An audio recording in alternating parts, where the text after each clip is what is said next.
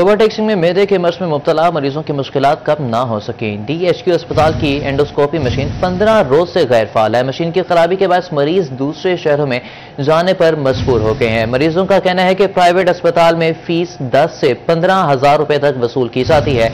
महकमे सेहत के आला अफसरान और डिप्टी कमिश्नर्स नोटिस लें। इस पर मजीद तफसील जाने के अहमद नदीम हमारे साथ मौजूद हैं। जी अहमद, बताइएगा।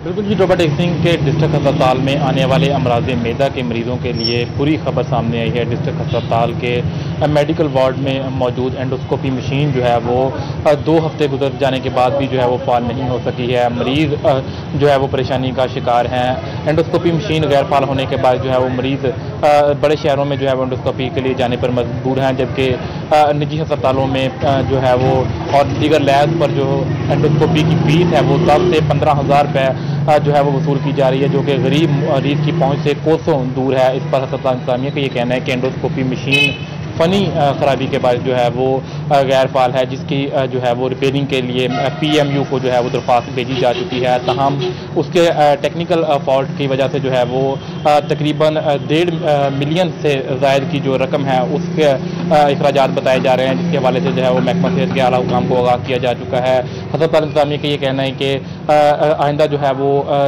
1 से 2 हफ्तों के दौरान इस मशीन को मुकम्मल तौर पर फाल कर दिया जाएगा। तो दूसरी तरफ जो है वो मरीजों ने जो है वो तरजीही बुनियादों पर एंडोस्कोपी मशीन को जो है वो फाल करने का मुतालबा किया है, ताकि गरीब मरीज जो है वो इस्तेफादा हासिल कर सकें। टोबाटेक्सिंग डिस्ट्रिक्ट अस्पताल में रोजाना की बुनियाद पर तकरीबन 2 से 3 एंडोस्कोपी टेस्ट जो है वो किए जा रहे हैं। टोबाटेक्सिंग में अमराज मैदा के में मुब्तला मरीजों की मुश्किलात कम ना हो सकें। DHQ अस्पताल की एंडोस्कोपी मशीन 15 रोज से गैर फाल है। मशीन की खराबी के बाद मरीज दूसरे शहरों में जाने पर मजबूर हैं। अहमद नदीम हमें आगाह कर रहे थे, बहुत शुक्रिया आपका। साल में मंडी में पाकिस्तान की पसीर रही। एशिया में कमतरीन टैरिफ पर ग्राहकों का रुख पाकिस्तान की जानिब, लेकिन पाकिस्तानी एक्सपोर्टर्स रिलीफ के लिए हुकूमत की जानिब देखने लगे। एक्सपोर्टर्स ने बिजली सस्ती, इनकम टैक्स कम और सेल्स टैक्स रिफंड्स क्लियर करने का मुतालबा कर दिया है। तफसील जानेंगे मोहम्मद बिलाल से। अच्छा, बिल्कुल अमेरिकन टैरिफ के बाद पाकिस्तान की तरफ आलमी मंडियों से ग्राहकों का रुख हो रहा है, तो साथ ही एक्सपोर्टर्स की तरफ से मुतालबात सामने आ रहे हैं कि दोबारा हम ये वक्त खो ना दे, इसलिए मुस्तकिल ऑर्डर्स के लिए हमें को मौसर हिकमत अमली जो है वो अपनाना होगी। हमारे साथ साबिक सदर चैम्बर, साबिक चेयरमैन PHM में मौजूद हैं सैयद ज़िया अहमद, इनसे बात करते हैं। शाह जी, क्या कहेंगे कि इस वक्त पाकिस्तान की एक कैसा वक्त है और कौन से स्टेप्स हमें लेने होंगे? बिस्मिल्लाहिर्रहमानिर्रहीम।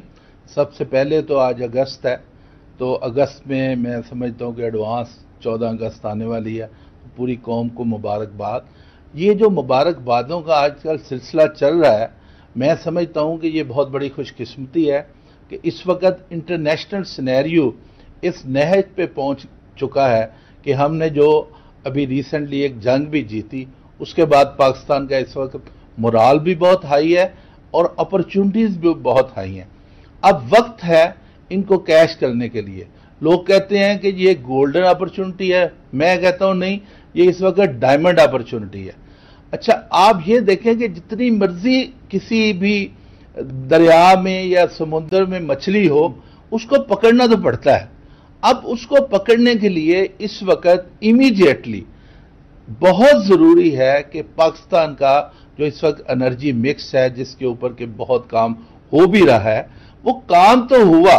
मैंने कल भी मुख्तलिफ चैनल्स पे देखा कि हमारी जो अरबाब इख्तियार है, उन्होंने कहा जी हमने इतने बिलियन डॉलर जो हैं उसकी हमने सेविंग की है, लेकिन वो इंडस्ट्री को मुंतकिल नहीं हो रहा।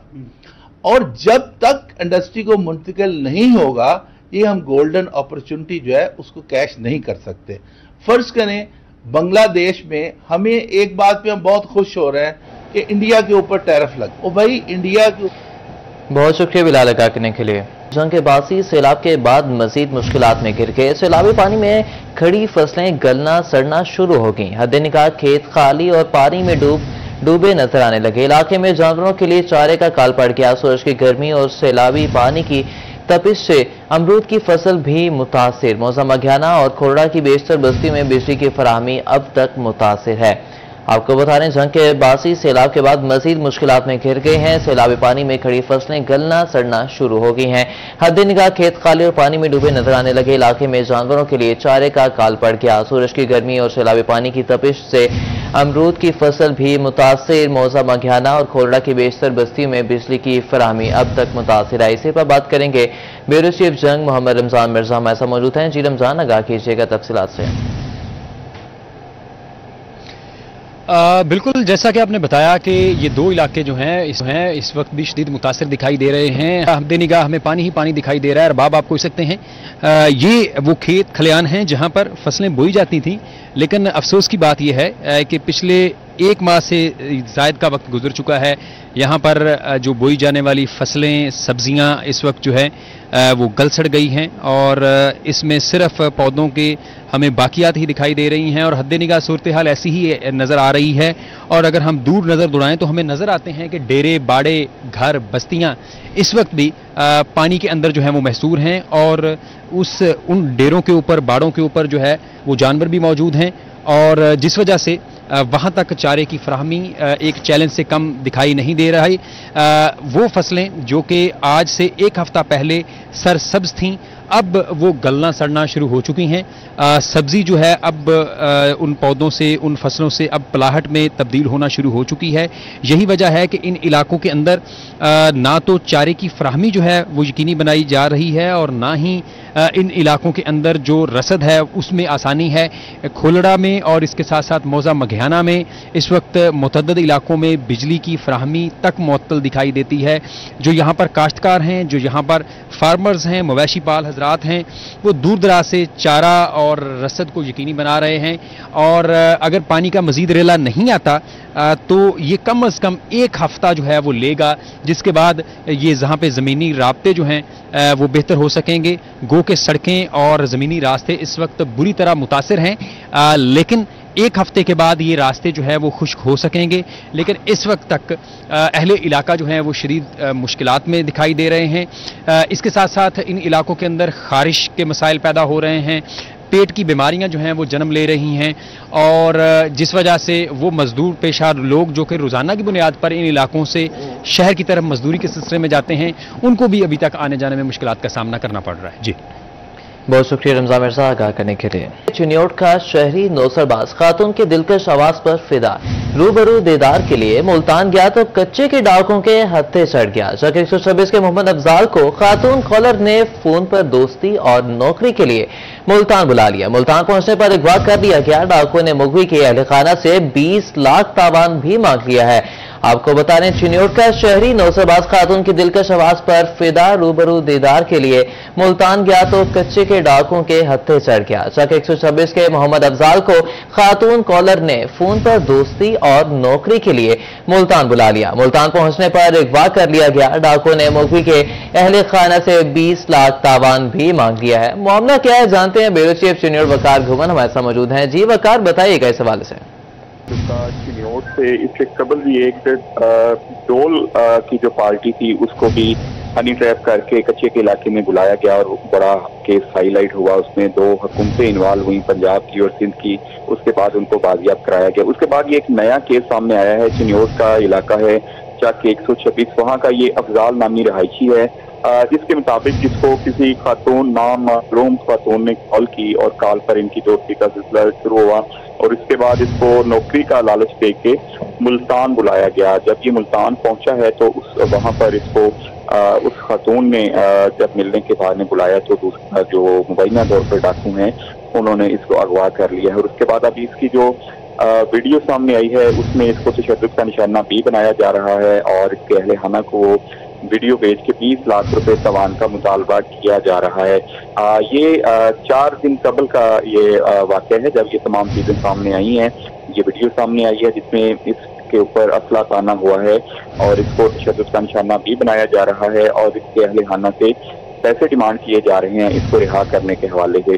तो ये चिन्योट में इस तरह के इससे कबल भी तरीका वारदात अब यही है कि किसी शख्स को कॉल की जाती है, उसको किसी भी या दोस्ती का झांसा दिया जाता है या कोई सस्ती चीज बेचने के हवाले से कहा जाता है। लोग उनके ट्रैप में आके उस इलाके की तरफ चल पड़ते हैं जहाँ पे इनको गिरफ्तारी का निशाना अगवा कर लिया जाता है। इस जिम्मन में पुलिस का ये कहना है कि ये केस सीसीडी के हवाले किया जा रहा है और सीसीडी इसको मजीद जो इसको डील करेगी, इसकी रिहाई के हवाले से क्या इक़दाम किए जाएंगे इस हवाले से भी जो काम शुरू कर दिया गया है।